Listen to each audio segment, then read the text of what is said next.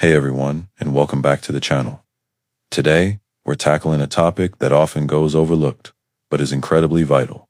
Prison food. We're going to specifically look at the California Men's Colony, or CMC, and uncover what's really going on with the meals served behind bars. It's a story of policies, budgets, and the very real human impact. When you think about prison food, what comes to mind? Bland, unappetizing. Well, it's often far worse than you can imagine. Our investigation into CMC reveals a significant and persistent gap between official mandates and the realities experienced by incarcerated individuals. That's a pretty strong statement, right? Let's go back in time for a moment. The California Men's Colony, or CMC, was established in 1954, initially to house older men.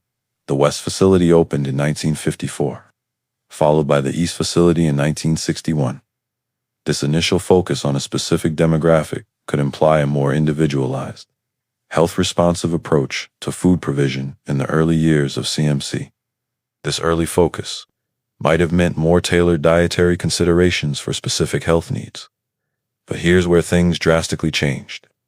The system shifted from potentially more localized and varied diets to a highly standardized, centrally sourced, and often processed institutional food system. Individual prisons used to have more autonomy over their food services decades ago, with head cooks even planning menus that utilized locally available ingredients and reflected regional culinary traditions. With many dishes prepared largely from scratch, but centralization, driven by efficiency and cost-cutting, led to a troubling decline in food quality. And this brings us to one of the most shocking revelations: the budget.